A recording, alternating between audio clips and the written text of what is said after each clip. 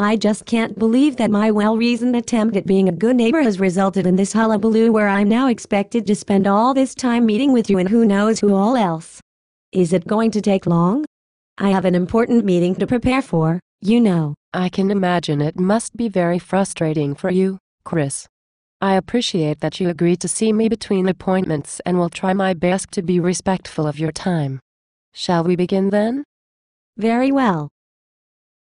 The people at Urban Planning seem to think that mediation might serve to get Pat to come off his high horse so that we can get the fence installed and get on with our lives. I said I would hear you out before making any decision. So, what can you tell me, Anne? What will make this problem with Pat go away?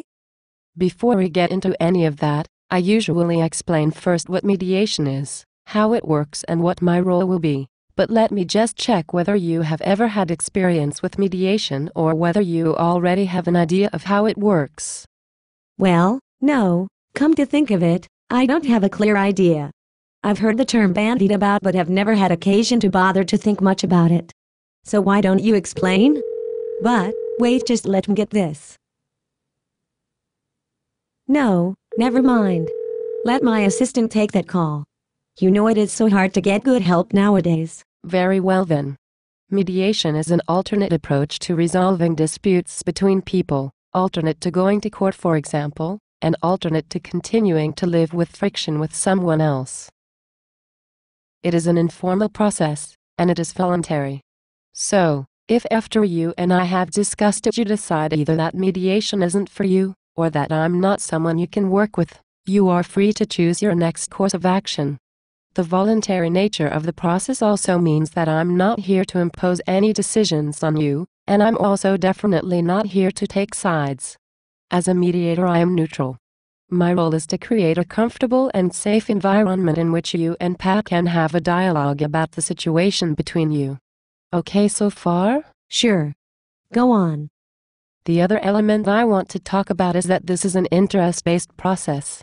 In other words, there is an underpinning philosophy that when a dispute arises it is usually about more than just the obvious matter. There are usually other factors that influence how people respond to situations. If we know something about these, and their importance in influencing a person's attitude to a problem, we have a much better chance of finding a mutually acceptable and beneficial solution. What do you mean, we? Who is this we? A partial answer to your question is you and me and Pat, if we understand each other better. But, through the interest-exploring process that I will undertake with each of you, interests that you have, that you don't even realize you have, may surface. So there's the opportunity to gain a deeper insight into your own needs and interests too. Whoa. This starts sounding like psychoanalysis. All I want to do is put up a fence to keep my dogs and my kids in. I don't need a shrink. Oh.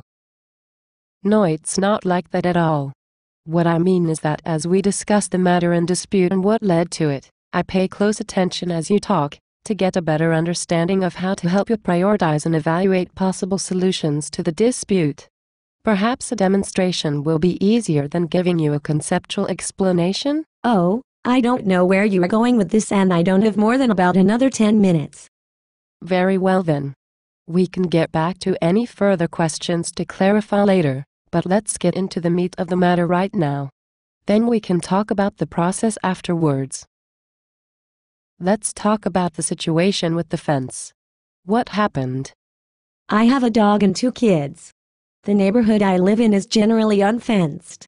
There is no fencing between me and either of my neighbors, which means when I let my dog out he sometimes roams into other people's yards. Pat complained about it some time ago. I try to take the dog out for an early morning walk before getting my kids ready for school and going to work, but it doesn't always work out that way, so then I just open the back door and let him go out by himself while I get breakfast for me and the kids. Sometimes I do the same in the evenings when I get home.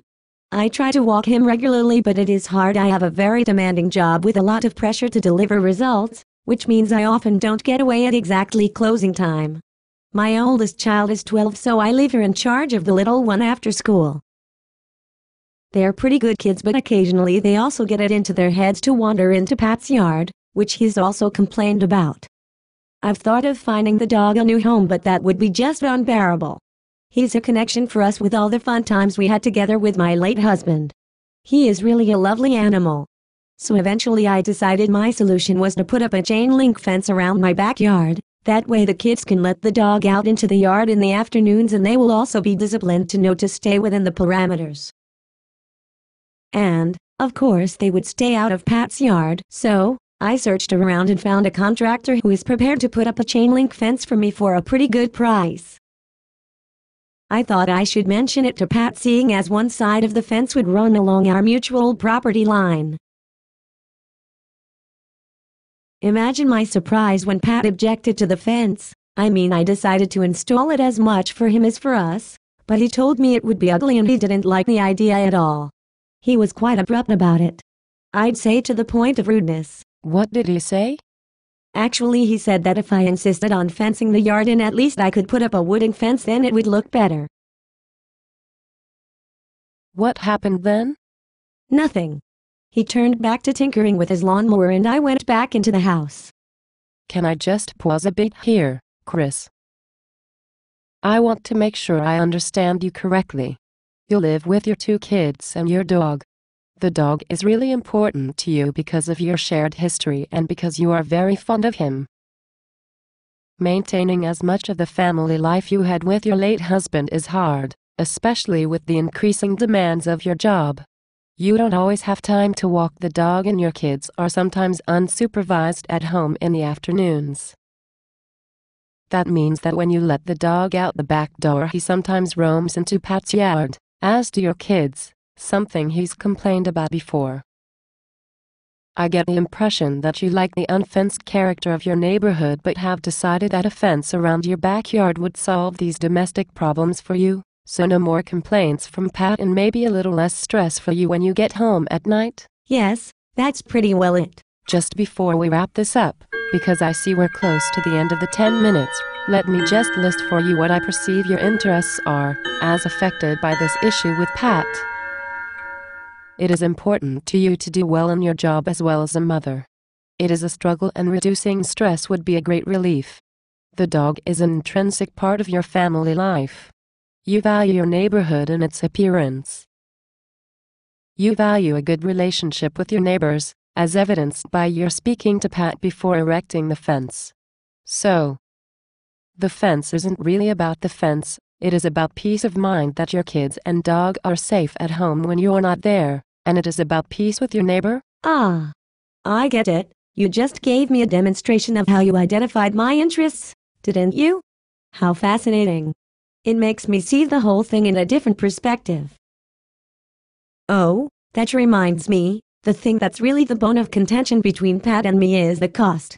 You see, after he said he didn't like the chain link fence and said a wooden one would be prettier, I went and got a quote on a wooden fence.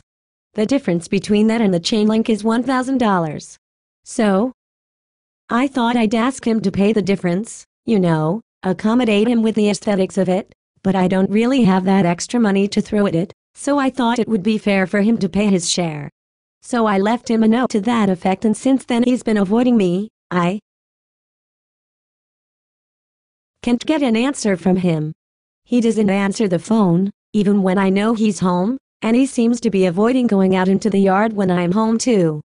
Meanwhile, I want to go ahead with the fence, but I don't want to incur the cost until I know he's going to pay his share. Thanks, Chris.